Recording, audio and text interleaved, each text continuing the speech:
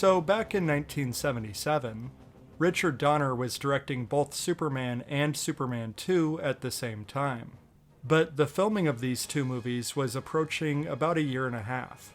He was a perfectionist. He was way over budget, and tensions rose over the filming period. In the end, with Superman 2 being about 75% finished, they decided to fire him, and they hired Richard Lester to finish the sequel, with a series of reshoots. In result, Superman 2 loses a lot of the spectacle and tonal balance that the original had, with a much stronger emphasis on comedy. The tone here is very light, with a lot of funny banter, and some decent visual gags. But it's also clear that a lot of stuff was left on the cutting room floor, and it can be a bit jarring, because there are events that are completely waved away, without any explanation. But despite this movie's weakest aspects, it's still a pretty solid watch.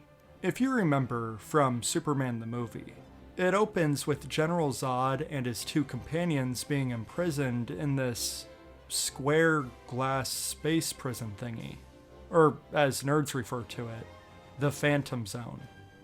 Well, Superman unwittingly destroys it, and General Zod and friends are off to take over the planet. This stuff is really great. I like how each of them kills an astronaut on the moon. It's a little like watching a horror movie, like something out of Alien, and it's somewhat horrifying. Except, when it's completely ridiculous. But back on Earth, there's this whole fish out of water aspect.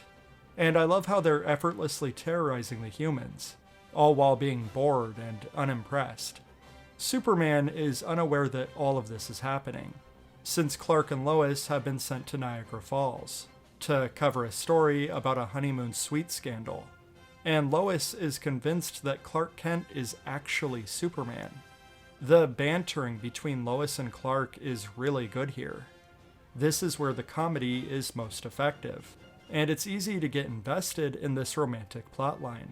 Everything at Niagara Falls is great, especially when this dumb kid is playing on the railing and he plummets down the waterfall. It's hilarious. Superman saves the day and Clark gaslights Lois. Then, of course, we have Gene Hackman returning as Lex Luthor, serving his life sentence. But he escapes, and he wants to find Superman's hideout.